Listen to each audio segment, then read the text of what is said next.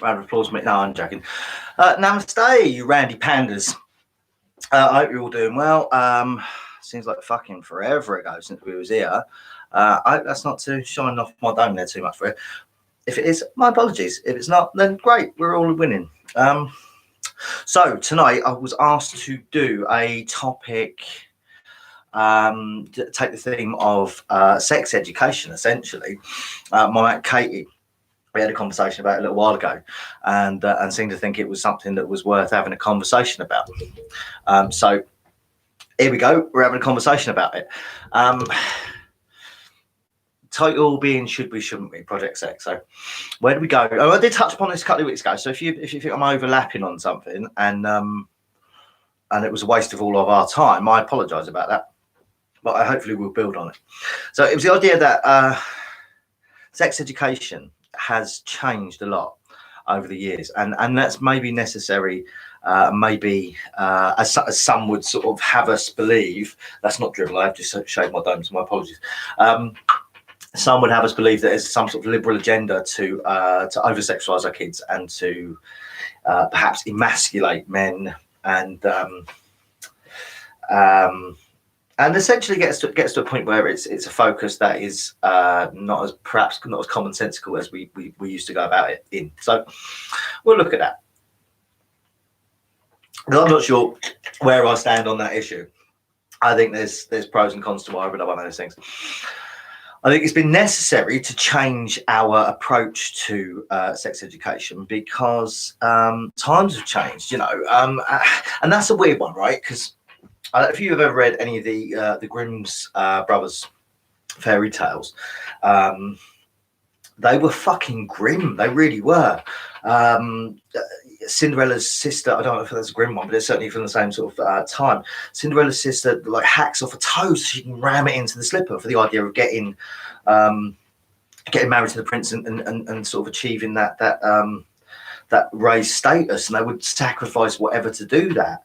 The wolf that eats grandma and stuff, that was a much more visceral experience in the original works. Now that they've been tamed down over time because, of course, we have been less desensitized to death over time.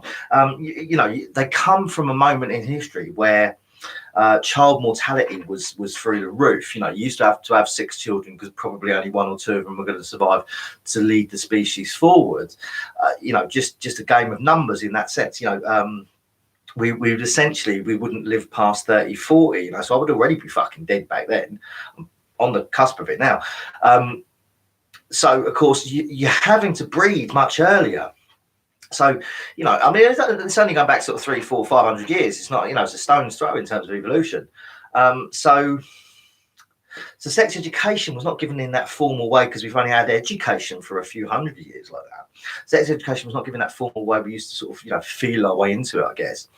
And I suppose it was much more functional in that sense. You fucked for an amount of pleasure, but it really was about procreation. More than a cultural significant thing, a leisure activity than we do, But of course there was pleasure. We have these erogenous zones for a reason. They give us joy, So going back to that time, it was necessary to have sexual activity as something which you were willing to discuss and to understand.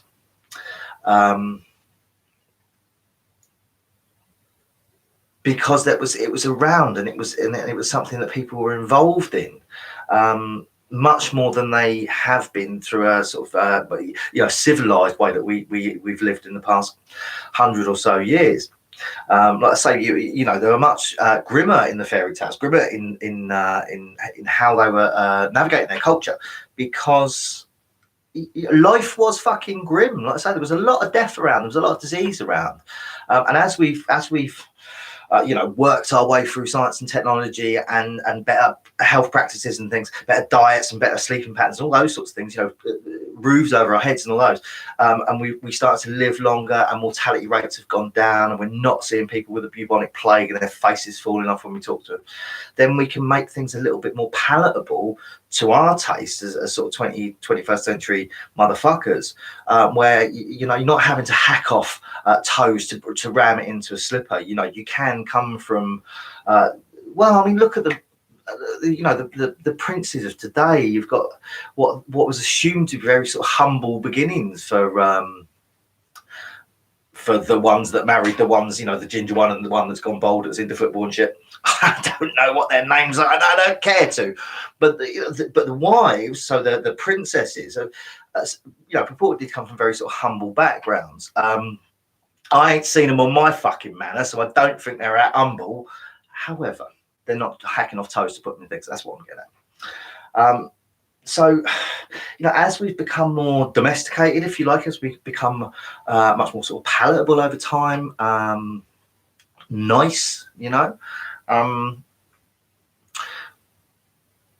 we've done the opposite of desensitized, you know, become much more sensitive to these things, and we sort of held one another in a bubble and protected ourselves and our young from exposure to the elements, exposure to corruption, exposure to threat, you know, exposure to fucking wolves eating grandma, you know. It doesn't happen nowadays. You know, I'm not saying there was a period in history when a wolf got dressed up as grandma and you know, hoodwinked a young lady into robbing her apples. That's not what I'm on about. But there was predation from animals. There was the threat of animals being predators and you being the fucking prey, where there isn't so much anymore. You know, we don't tend to knock around with lions and bears. So, you know, so we're in a different time when things are looked at in a different way, and perhaps this is something we've got very comfortable within. So perhaps the move more towards liberalizing our views for young people to have understandings of sex and gender, perhaps we're feeling that kickback from a very comfortable place that we found ourselves in, where we could wrap one another in cotton wool. And that was an okay thing to do. We protected one another from things that were deemed to be adult, and you know, because of course we don't have those mortality rates anymore. So we have not got to have sex with 13-year-old people to continue the species. We don't have to do that. So of course the age of consent goes up, which I'm comfortable with. But I've got kids, and I don't want them to be having sex with people. That simple, you know. So I'm happy for that age of consent to have gone up. You know, I'd even suggest, actually, we've been so mollycoddled as a culture that we are not quite prepared for the key to the city when we're 21 or 18 or 16. I'd say pushing it back a little bit. We're less fucking responsible than we ever have been. You know, we tend to live with our parents for longer. We tend to not, you know, step out into the wide world and get, you know, the careers like we used to do. We are mollycoddled much more, and perhaps pushing that age of consent back to sort of mid-20s. It's not such a bad shout, actually. We're not emotionally mature enough to go making those decisions. Like, well, I certainly fucking wasn't. Some of the decisions that I made when I was younger, you know, as an adult, I'm thinking, whoa, dude, right, you really needed somebody grown up to sort of tell you what to be doing, because your balls in there. You know, so from my own personal view, I think that perhaps I was pushed into an adult world, or I was expected to be in an adult world much before I was emotionally ready for that. So we've gone from this period where, well, you know, these times in the past when just the raw animalistic experience of our species was something where it was naturally necessary to be in that world of sexuality at a much earlier age, at a much younger time, and we've gone so far the other way that we're no longer there anymore. So we can protect one another from those sorts of things and push back those times when it's necessary.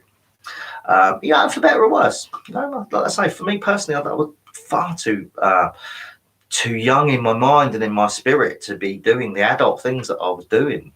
You know. and my own children, you know, because obviously it comes from the point of being a parent.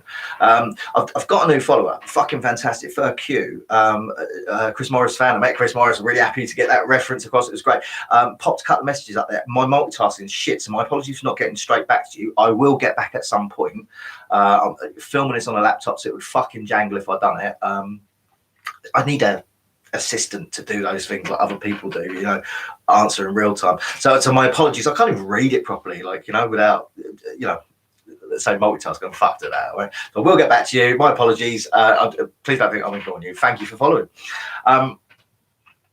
So yeah, where were we? Gonzo, who fucking knows? We were me, weren't we? That's where we were. I was still being me. We were still doing it like that. So my own children, I mean, it's got to come from a place where I'm a parent. It's got to come from a place where I have changed my experience of the world. I'm no longer just doing it as McKenna, the fucking Herbert. I am doing it from a place where I am McKenna, the less of an Herbert, but who is trying to help his own children navigate so they don't have to make the same mistakes. They can make their own new mistakes. And you know what? They're growing up in a world that I don't recognise. You know, when I was similar sort of ages to my my teenage son, I'd already been exposed to, I mean, he's 15, so I'd already been exposed to pornography for a couple of years. So when we're sort of throwing hard and fast things around, like, you know, when children should be allowed to have sex education and things like that, I think we go at it with a very unrealistic view that children haven't got this natural curiosity, you know, because I was certainly looking at pornography when I was sort of 13, 14, possibly younger, but certainly 13, 14. However, it was back in the day when you used to have to go and, you know, raid someone's old man's drawer or on the top of a shelf or something, you know, some really fucking nip hiding place that all kids were going to find. And then you all had to go on the wank mag, you know, you all had a look at these things, or you'd find one in a bush somewhere and it'd be like, fucking hell, look what we found, come and have a look, it's what the world, you know.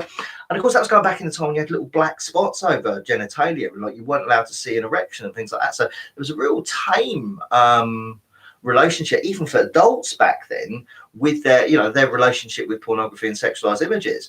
And as I say, there was that risque element, which of course is going to be, because it's a cultural thing, coupled with natural sexual curiosity. That I think we misunderstand a little bit when we're putting our policies in place and we say, well, no, children are children and they're bloody innocent. You know, fucking not. You know what I mean? Hang around with some kids and they'll tear you to pieces. They're not innocent, you know. But equally, we shouldn't be stripping them of that innocence. You know, we should allow them to be children for as long as they can possibly do that naturally, and not stripping them for that for any reason. So. Yeah, so that was my experience with pornography when I was about a little bit younger than my eldest's age at the moment. And as I say, there's the little black spots or stars over things. I used to think they were scratch and sniff, but they never worked. They never come off. I'm sure there's a Bill Hicks joke about that somewhere. Just go and watch Bill Hicks. Simple, just go and watch Bill Hicks. So of course he's growing up, and my others are growing up in a time when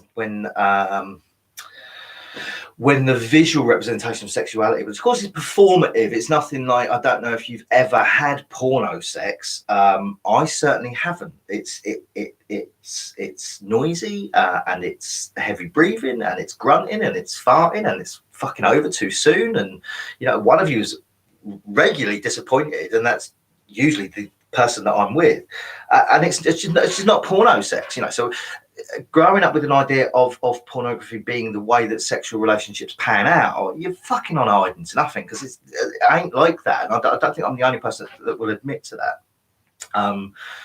Of course, if you've got a different view, brilliant, come and give us some lessons. I'm up for that too, you know. I'm always willing to learn, but it's not realistic. Okay, so they're growing up much more with that. They're exposed to pornography in a way that we never were. You don't have to go and find a physical magazine in a book.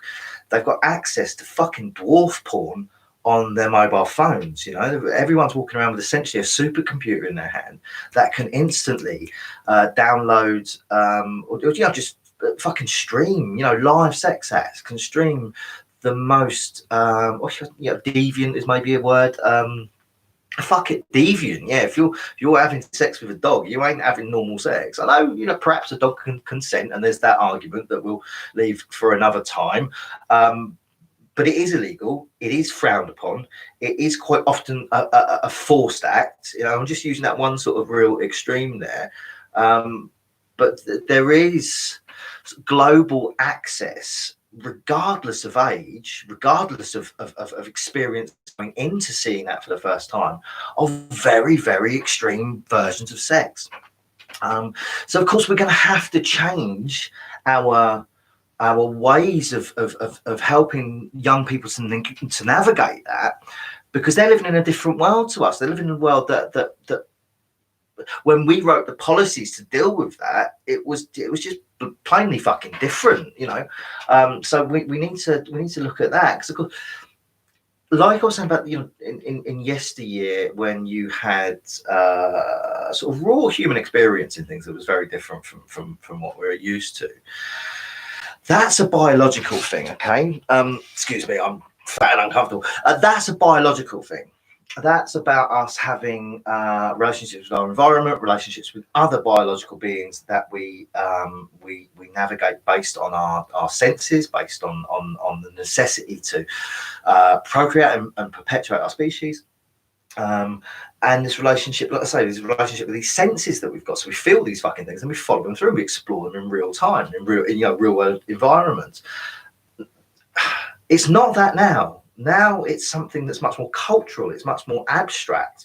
A relationship with sexuality, a relationship with the act of sex is something that's played out in the cultural domain. It's, let's say, it's played out on smartphones. It's played out in conversations that people have. You know, there's this great joke. It's a comedian's joke, and it's you know, very, very. I'll give you the basic premise for it, but it's about how they build on it, is what it is. So, you know, there's a circus act, and what happens in this circus act is there's somebody that goes up on a trapeze, and he does multiple somersaults, and he falls down into a sexual position with his own sister, and then that sister is filleting her dad, and you know, on the high wire, and it builds on all those sorts of things. What's the act called? Called the aristocrats, yeah. So it's just playing on, you know, what do posh people do behind closed doors? They do very, very deviant things. And it's a I think there's a documentary about it, actually. It's a comedian's joke, because it's about how it's told. Okay, so it's about that layering of more confrontational and challenging elements to the story. And the reason I bring that in is because that's, of course, what we tend to do as geezers, as lads, you know, and that's what we tend to do, and girls do it as well. I've grown up as a single mum for years. I've worked in nurseries, I've worked in care, so I've done a lot of professions, and you know, I was brought up by my mum and nan, essentially, not very many male figures in my early life. So I've grown up in a lot of situations that I was around just sort of feminine influences, and I have to tell you, they're no more responsible in how they talk about sex. They're fucking awful, just the same as geezers are when they do it. And the point that I'm making is even as children, we up the ante. We keep saying more and more challenging and confrontational things to test our own boundaries, push the boundaries of other people, and to get ourselves into a position where we occupy some sort of area of power in that confrontation, in that conversation that we have, in that exchange with each other. Because we're all out of our fucking depth. So the more we wing it, the more we act as though we know what we're doing, then the more we feel comfortable with being out of our depth, because we all play with a mask on, yeah? So we kind of have to relook at how we're delivering sex education to our young people, because they're navigating a world that we just don't know. You know, we don't know what it's like to be exposed to things that are so extreme that it would blow our minds as adults, but it's normalized in a young person's mind. And of course, you know, a lot of that is, I'm not saying that every child out there is exposing themselves to porn or has been exposed to porn, but it's much more prevalent than it's ever been. And that's something we need to respond to as adults and influencers, policymakers. I cannot stress enough hydration. As we didn't grow up and we weren't used to that. Okay, it's real fucking extreme. We do need to do something about that. I'm gonna say not every child is exposed to that, but the likelihood is they're much more exposed than any other generation. And in a way, like I say, in a way that's not It's not sensual. It's not about discovering with your own body. It's about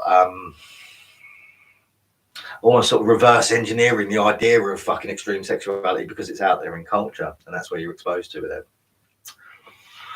So we do need to really look at that. So I've got teacher friends. I mentioned this a couple of weeks ago. We've got teacher friends that so we have to look at the way that we are delivering sex education, because some of our young men thought that it was completely acceptable to come on the face. That's how the sexual act, the act of lovemaking, was concluded. Because they're getting the majority of their experiences of this through watching pornography. And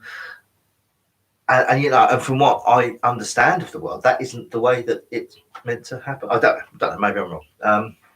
It's a choice thing. If that's how you want to conclude, you conclude that way. Who am I to judge? But it's a misunderstanding. It's a misnomer. That's something that happens. So the guys in the teaching environment were saying, we have to backtrack and unpick some of this stuff, because they're almost learning the wrong things. I say not that that's necessarily wrong, but it isn't.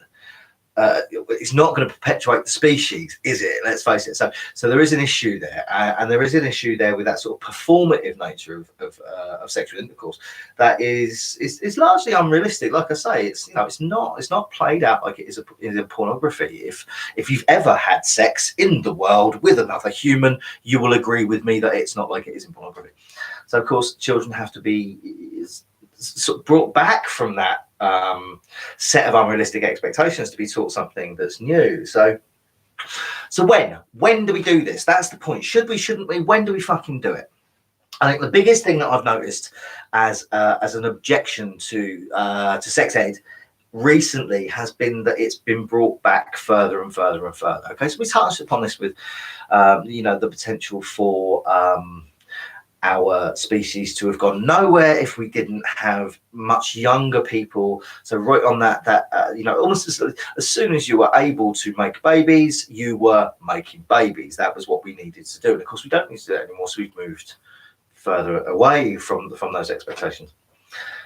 So do we start to bring sex education to those times? Because of course, sex education in school lumps a load of things together. So we'll talk about gender in a minute, because that's another area almost that's lumped in together with this sort of this few week course that we embarrassingly present to our young people, and leave them with that shit, and then walk away from it, expect them to be able to process all of that, And it is like it's lumped in there with a load of things.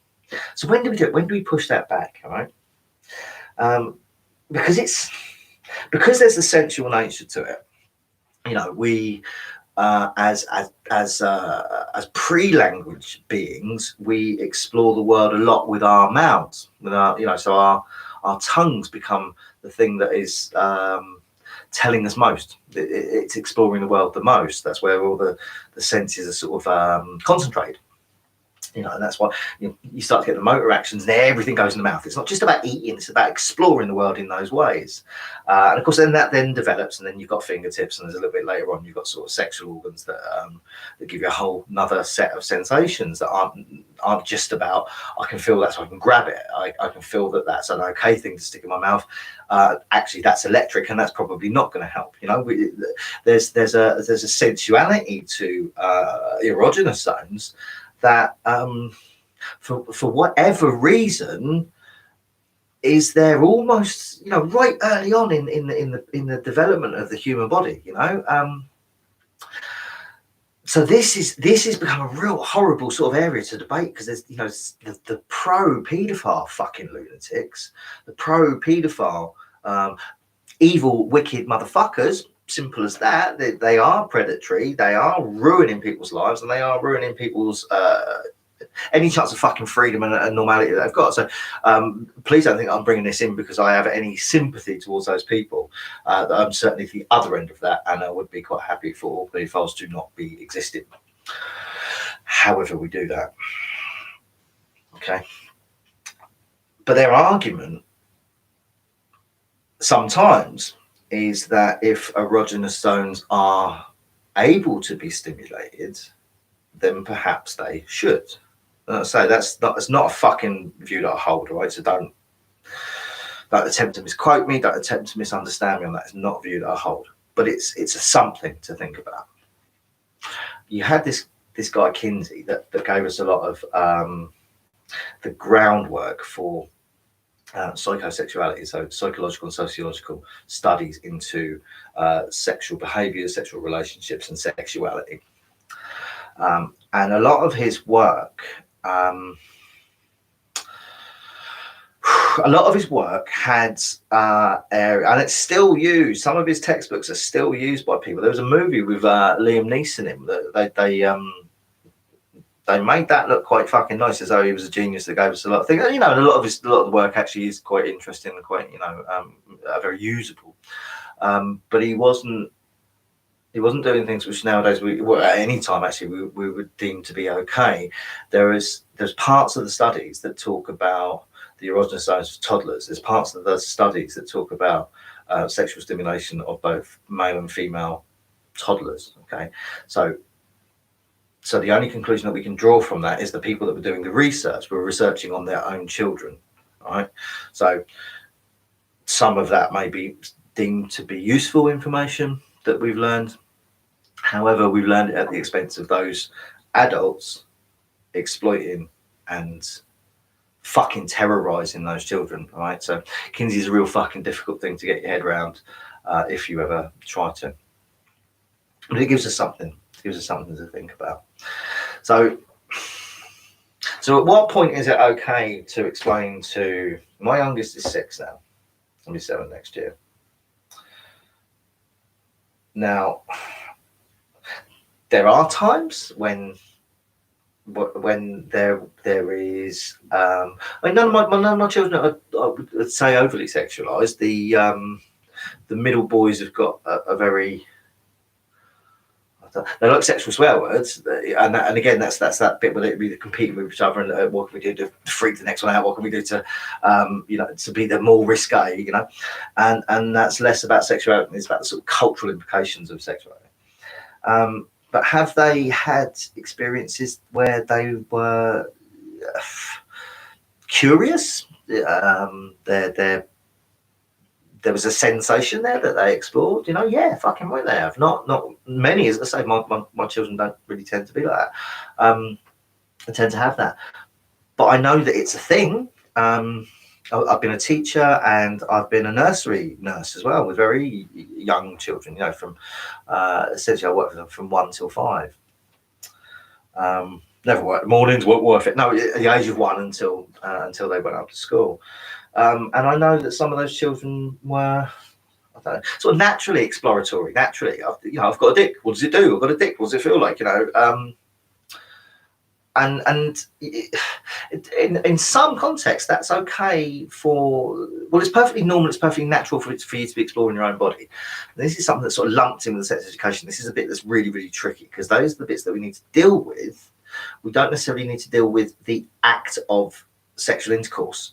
We need to deal with the idea that children will be exploring and discovering and accidentally discovering these things, and we must not make that something that they are ashamed of, that they make something of that they layer so much sort of negative psychological energy on that it turns something where they're very negative about it for the rest of their lives. It turns it into something that could be classed as deviant, because a lot of Freud's work on sexuality was that early childhood experiences manifest themselves in certain sort of aberrant behaviors when you're older. So the mixing for a weird abstract, the mixing of sexual excitation at the moment that a balloon bursts then makes balloon popping part of a fetish later on. Okay, and it's quite a big fetish as well. It's fucking weird. So there is a link between very early sensual and sexual experiences and how that manifests itself in behavior later on down the line. So we must be mindful of not making our young people feel as though there's something which is at stake when they experience something quite naturally. So we need to be doing that quite early, in context, in relationship with the child, in relationship with the understanding that that particular child at that particular time needs a piece of information that is tailored to them and their experience of the world. I think where people have the issue with pushing the age at which we teach some of these things further and further back to further and further younger children is that we instigate that learning. We go in and we tell the children what to be thinking and feeling, and that's not how we do things, you know. I'm loath to teach my children why you don't hit a cat with a hammer. It's not fucking necessary unless they have a cat and a hammer and it's about to happen, in which case I'll be quite happy to say, yeah, that's not just frowned upon, but just really fucking wrong. Cat don't deserve it. Leaves you in a place that you're fucking twisted. Don't do that. But for me to have that conversation with none of that context would be, I don't know, what you know, am I encouraging cat hammer scenarios then by saying that? And I think that's the point, isn't it? So we go into toddlers and we start to say, touch that, it will feel good. Don't put it in that. That's not nice. If they weren't having those ideas, why is it necessary to do that? And I think that's the point. So if we had our ways of communicating and allowing us to explain the world in a much more sort of organic and fluid way with individuals as and when they needed that information, instigated by their experience of the world, and then put in a safe framework, we've got a much more progressive way of safely educating our children, safely bringing them into the world of their own sexual experiences. Whereas a very prescriptive way of teaching kids what to do at 5, 11 is, I think, not helpful. That's possibly why Katie asked me to do this, because she seems to think that I'm fucking. She seems to think that I'm measured and responsible in the way that I talk about things, and she's fucking mental.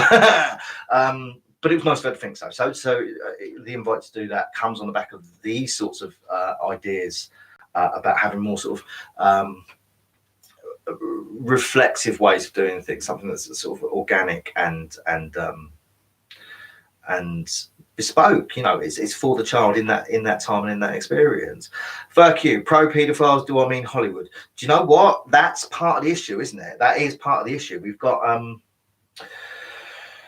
overly sexualized cultural products, gender specifically. I think something that I think is something that is an issue with popular culture, and I'll move on to that in a moment, because I think that's more the area of my concern, if that's correct. But yeah, the sexualization of young people in culture, in mainstream culture, is something which has become a bit more of a worrying thing. So we've always had that sort of romantic thing, you know. There's the fairy tale romance in the sort of Disney cartoons, which I think we're all in agreement that there's an amount of that which is acceptable. But I completely get where you're coming from with the idea that sexualizing those interplays between individuals in mainstream culture is something which is fucking aberrant. And yes, we're seeing more of that. Pro pedophiles, yes, I mean Hollywood. And I think a lot of people that are sort of tuned into this way of thinking, a lot of people that would consider themselves woke, are moving further and further away from mainstream media. Some of it is for those reasons. So yeah, a bit more of a bespoke way of doing it. Perhaps having those biological understandings of how we experience the world, separate from sex ed, because they are different. Understanding and knowing our bodies and being comfortable with those things it doesn't have to move into the sexual act. It doesn't have to. It will, and it does, and of course, and that's completely natural.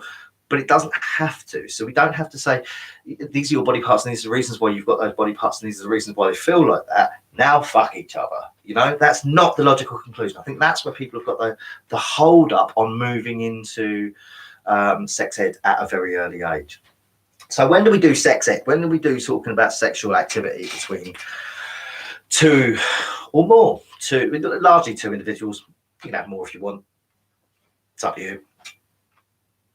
When do we do that? When do we do that? When is it necessary to do that? So when are children sexually active? I think that's the answer, isn't it? Again, we don't want to be inviting them to be sexually active. I worked at fucking one of the local colleges years ago. I had loads of my hair then. And the principal at the time refused to put in condom machines in the male toilets. I assume you have them in female toilets as well. I've never been allowed in one. There's an issue that we'll talk about. Okay. He refused to put them in because it would promote sexual activity. And there's that tussle with an ideal and a response to what's happening to reality. Yeah, there is an argument there. If you keep going, let's have sexual freedom. Let's have sexual safety as an issue. Oh, cool. Okay, well, you're saying that it's fine for us to do that, and so let's do that. You know, there is an angle there that's like that. However, I always viewed that as a really, really irresponsible way of doing it, because do you know what? At that age, we were tended to all be fucking anyhow.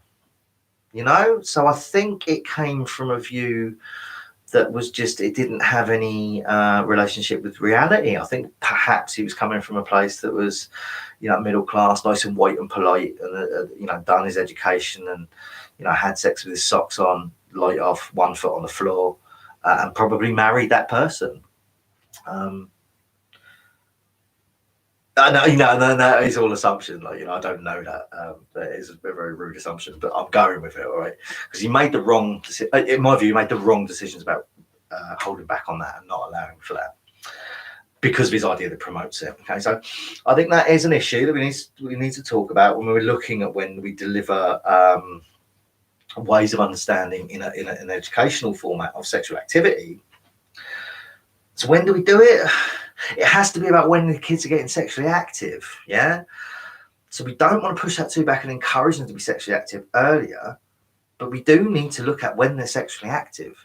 So again, we need an educational model that is fluid and responds to what's needed at any given time, is not prescriptive. So not like, right, 11 o'clock on a Tuesday, this is when you learn how to have a wank.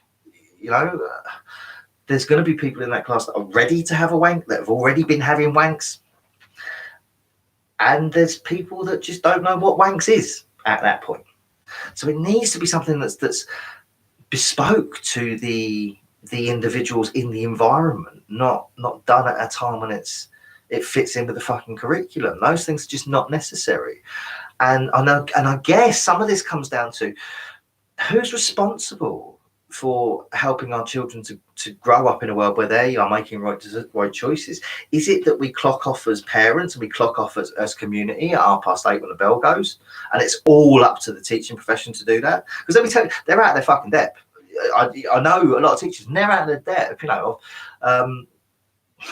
I've slept with a few teachers, and they tend to do it with their fucking socks on, all right? They're nice and white and polite, and they've gone through a system, middle class system, very, very conservative in their mind. And their experiences are quite tame, so they're coming from a place where they weren't necessarily exposed to these things. They weren't necessarily becoming enveloped in a deviant world, if you like, prior to having to deliver that to lots of really fucking feisty teenagers, so they are ill-equipped, they are embarrassed, they're not in a position where they can give a safe amount of information over to children that will tear them to pieces.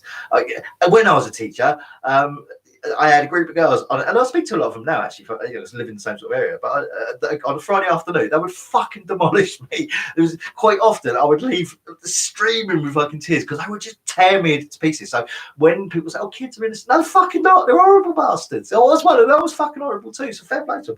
Yeah, they used to destroy me every week. So you've got that sort of feisty, full of life age group that we're delivering something that we're doing in a very embarrassed way and that doesn't relate to anything.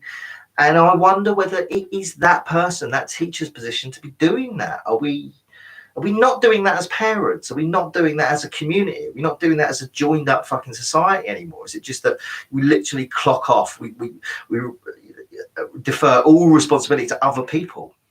Because I'm not necessarily cool with that. I think perhaps we should be a little bit more involved in that.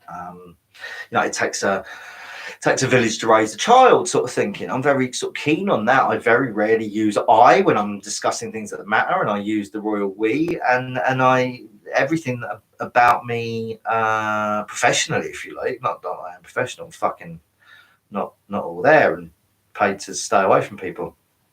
On the sick and all that, So, but professionally, if you can call it that, I'm very much about us and we.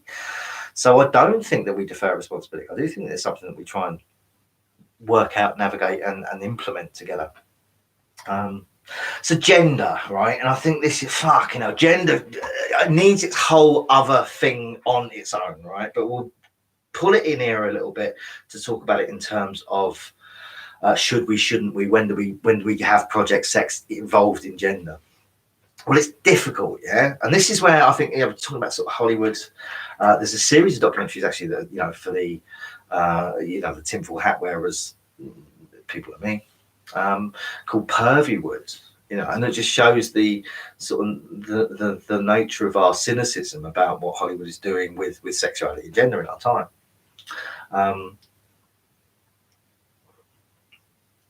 So there is issues. I'm thinking sort of kind of probably little. That's how bad the issues are. Gender's a funny one, okay? I have friends that are gay, and growing up with that was a thing, and it was a preference, and that didn't have any impact on my relationship with them as people. And there was nothing really that any of us had to do with that information. Who I had sex with when I went home didn't really have anything to do with the conversation we're having about chess. Having a drink at the pub, and it's got literally nothing to do with where you want to stick your willy. So, but gender's a different thing, because gender again is that cultural thing. Gender is so visual. Gender is so performative, if you like. And I have transvestite friends and transsexual friends, and that's not a virtue signaling. Look at me, how cool I am. I have all walks of life. A black one and a ginger one. That's not what I'm getting at. I'm getting at that there is an amount of personal experience of this. And again, that's down to preference, it's personal choice, and really it's got nothing to do with how anybody wants to live their life. It really hasn't. But in terms of educating our youngsters into the world that they're going into, where do we go with that? Where do we go with that? There is a lot of criticism that we are emasculating our young men, which I think sometimes comes from a really sort of homophobic background and a worrying sense of what makes up men and women. And sometimes there's a truism there. Conversation I was having last night is how in some countries there is a rough and rugged necessity to how we perform our gender, and that naturally creates more robust and physical adult males just out of necessity. And the reason I was talking about is I was talking with friends specifically about conflict and war, and that comparable age young males in Western society probably spent more time preening eyebrows and clothing in a way that we used to say was quite feminized, and Snapchat filters and things like that, and actually had those two young males who because conflict normally is a male domain, and it's not me being sexist. I'm talking about numbers here, just averages, and it's certainly not saying that any woman or any transsexual that wants to go into the military is should not be allowed. If you want to kill each other, you kill each other, and you wear what you want to do, fuck what you want to do when you're doing it. It's not my issue, right? That's not what I'm getting at. I'm saying in that sort of tradition. Yeah, traditional. Let's go with traditional. That's a safe way of saying it. Yeah, I'm not buying into anything that's racist, sexist, homophobic. Or typical, I suppose. Numbers game. So, a guy from one of these countries that's much more robust and has these typical of traditional views, and a guy from a westernized society, if they were to meet head to head, then there's one there that's very emasculated, and probably has not spent as much time doing physical labor. There's not spent as much time having conflict with one another that's in a way that's physical, and in those sort of senses, there would be this. This biological idea of the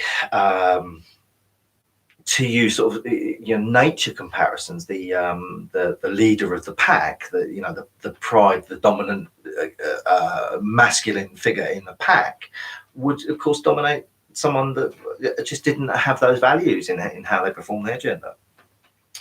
And that's talking about typical genders as well. So typically male heterosexual, typically female heterosexual.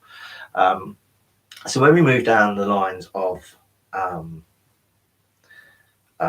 moving away from those typical views, so different, transsexual, pansexual, and so many other variations on those. I literally can't keep up, and I think this is what causes a lot of the anxiety with people about how and when we educate our kids, how and when we bring that into their sphere of learning as they're growing up. I think there is an anxiety about it because we just don't know. We can't keep up. I'm a very sort of liberally educated and inquiring, inquisitive sort of guy, and I can't keep up. Like I say, and I've friends that are in these areas, bisexual friends, transsexual friends, unsexual friends, heterosexual friends, and we talk about it often, and we can't always say that we with complete confidence understand the time that we're living in.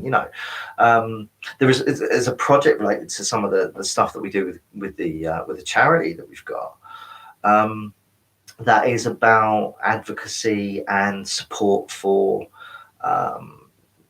the LGBTQ community.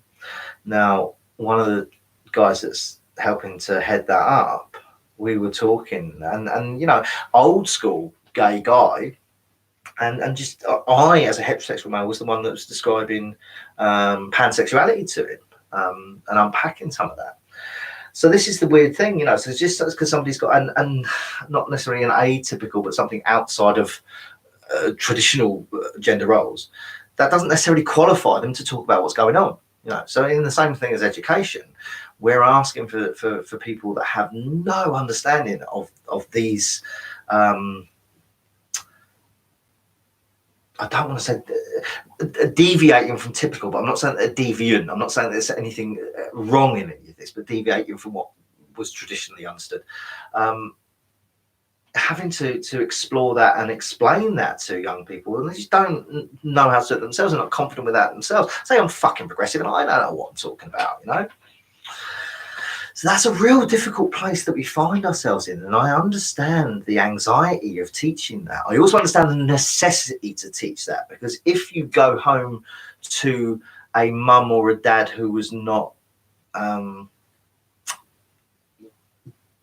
that's not where their biological origins lay. So if you were, to be as crude as this, if you were born with a dick but you identify as a woman, that is something that the child, the family, the community all have to deal with, because it's something that is in the open. It's something that is necessary to deal with, because no one then fits into those neat little roles and responsibilities that we always used to have. And I say I'm very inquiring about this because I've been a single mum for years, and I say that with firm sort of tongue in cheek, because I had to develop my parenting skills in an area that was almost wholly the domain of women, having to hear things like this natural maternal instinct, and that was actually there was this such thing as a natural paternal instinct, because if that hadn't have kicked in the absence of a female role model,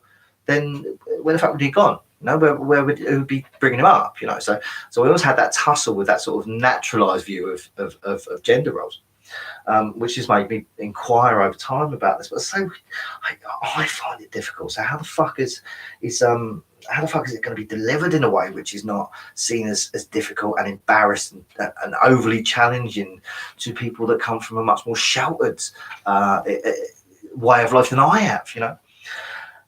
So I understand the anxieties about how and when we teach that to our children, but it's a must. It is a must. We have to. That's the world we're in. We've got to work out a way of doing that. And I think the only way we can do that is by having open conversation. So yeah, hopefully that's what this sort of thing does, is allows to have more of a framework, more of a language to have those conversations, because we do. There is a responsibility to. I've been quite active on the activist scene this year. Certainly more so than I've been in the last couple of decades, and it's odd because a lot of, and I've been called out for this. It really fucking upset me. A lot of the areas of debate have fallen on the right. You know, there is areas of debate which have been aligned with views that are traditionally right wing. Now I've really fucking struggled with that. You know, certainly not that I'm militant left anymore and have an issue with that. I certainly would. I find it abhorrent to think that I would be right wing, certainly militant right wing. But there is this freedom of speech argument which comes about, where if you, I've been very, very cautious to get it right, because I don't want to offend anyone. That's just in me. I don't want to offend anyone. But also I don't want to put things at jeopardy by saying something which can be taken out of context. So this is it. You know, I couldn't give a fuck. I do what I do, and you know, take it or don't take it. But even I am cautious about how free my speech is. You know, and as I say, when freedom of speech is being an issue for the right, then fucking hell, we're in a weird time, yeah? So people are scared to say things against the sort of normalised and the liberalised way of having atypical gender roles or gender definitions being redefined or reimagined. And some of these come down to issues that are really, really difficult to manage, but manage them we must. So, for example, I can't think of the name of it now. I apologise for it, but asexual toilets, asexual changing rooms, you know, non-binary facilities,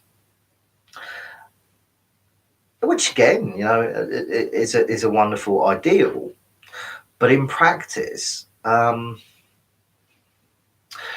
I would allow one of my daughters to go into a public toilet unsupervised. I'd wait outside. Because my older daughter is 9 soon, and that's something that I would, you know, I'd certainly done that at her age in a very similar way. Parent waiting outside, go and use the loo. You've used loos many times. You know the process. Now, whether I'm right or wrong, I think I would feel safer with her going in to use those public conveniences, knowing that she was at worst going to be exposed to the same gender, biologically speaking, person. I think that and, you know, as progressive and as liberal as I am, I would have real misgivings if she came out and said that she saw a penis, you know. And that's me putting it in a way that is attempting to have the conversation in a way that is responsible. I think a lot of people are really scared to do that, which is leading us down a route where we're liberalising everything, but we're doing it in a way, you know, political correctness gone mad, all that sort of bollocks, you know. We're doing it in a way that we can't actually negotiate our feelings within this. We can't actually negotiate what it is we understand about the world within this. We just kind of got to go with it or not, you know. And that sort of thing does open up real big debates, you know. And we do it on the extremes. Okay, so there was a case where there is a biologically dude with a dick, yeah, you know, biologically born as a male with those physical parts, identified as a woman, and was imprisoned in an all-female prison, and then using male sexual organs, sexually assaulted, and then got pregnant a female inmate, you know, genetically female and identified as female inmate. So there's a fucking issue there. What do we do with that? That's you know, how do we write policy against that? How do we safeguard against those sorts of things? And how do we do that in a way that is respectful to people's understanding of who they are, what they recognise themselves to be, what they identify themselves to be? I don't know. I haven't got the answers to that, but we need to be having those questions. We do. It's past the point now where we can just imagine that these things don't happen, you know. And rightly so. We shouldn't be living in a fucking in some fairy tale land where we've just made up the world. We have to respond to the world that we've got, and those things are big issues. So when do we start teaching the kids about gender? Don't know. Again, I think it's got to be something that's bespoke. It's got to be something about when we naturally, as young adults, come to ask those questions, and they can be explored with somebody that is responsible, with somebody that is knowledgeable, and with somebody that doesn't have any prejudice about them either way, you know. And we need to be equipped to do that as parents. We need to be equipped to do that as a community. So I don't think, in answer to the question that was posed, should we, shouldn't we, Project Sex, which is what I tell you, I've got to give that to Kate if she come up with that. Should we? Yeah, we fucking should. When? I don't know. It's good. It's different for people. It's different for all people, and that's what we need to recognise, and that's how we need to be going about it. So, actually, it's a bigger question about education. How do we do education? It's got to be done differently. It's not working as it is, you know, and it's not working because as parents and as members of society, we have kickbacks as to when we are not liberal enough, when we are too liberal, when we are allowing for things out of the traditional, out of the typical to happen, and when we are preventing those from happening, which is because they're based in, you know, pure gender politics, which is difficult, you know. So they're questions that we've got to ask ourselves. We've got to ask that of community. And as I say, hopefully things like this help us to do that. Hopefully it can scaffold some language. It can give an area where we can have those debates in a way that is reasonable and responsible and not full of prejudice. And I hope that I haven't come across as prejudiced, because I'm not. I just don't like the taste of dick. I'm not prejudiced in any way, shape or form. I'm trying to understand things from everybody's point of view. And that's a risky place to be in this day and age, is to play devil's advocate. It's very easy to take that out of context, to willfully misquote people and present them in the way that you want to. So to have these conversations is risky in the environment that we find ourselves in. We have to overcome that. Otherwise, we're going to bring up really, really fucking confused people. And, you know, the world's in a fucking tough enough place without being really confused, isn't it? You know, so look, I'll leave it there, because otherwise I'm just going to be rambling about things. And all I'm doing is rambling about things, but rambling too much, perhaps. So I'll leave it there for you and let you get on with whatever it is you're doing in the world, and doing it without causing any harm to people, hopefully. No idea what next week's going to be. It may be a little bit erratic moving on, because we've got this big project called the Big Rap, which we, as a team, doing sort of charity work, we support the community in gifting and feeding families that perhaps need a little bit of extra support. So that's a massive event, and with the situation that we've got with the response to the pandemic, has made it a logistical fucking nightmare. So potentially you may not see me next week. You may. We'll see how it goes. No idea what it's going to be about. You know, I don't do that. I fucking do it on the fly. Someone comes up with something, I'll try and respond to it. So if you've got any suggestions for me, let us know. You can put comments on there, and fuck you, I'll get back to you thank you for taking an interest, and I really do appreciate it, and I will respond.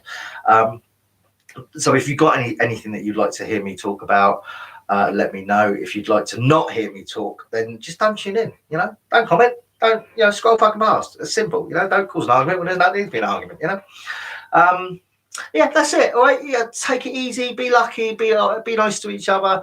Don't hurt no one. You know, try to fucking take a step back and understand people if they're coming at it from a place that you don't necessarily understand, and don't put anything in something if it don't want it put in there. I think that's the same way to be. Yeah. Take it easy. God bless. Hare Krishna and all of that. All right. Ta-da. See you next week.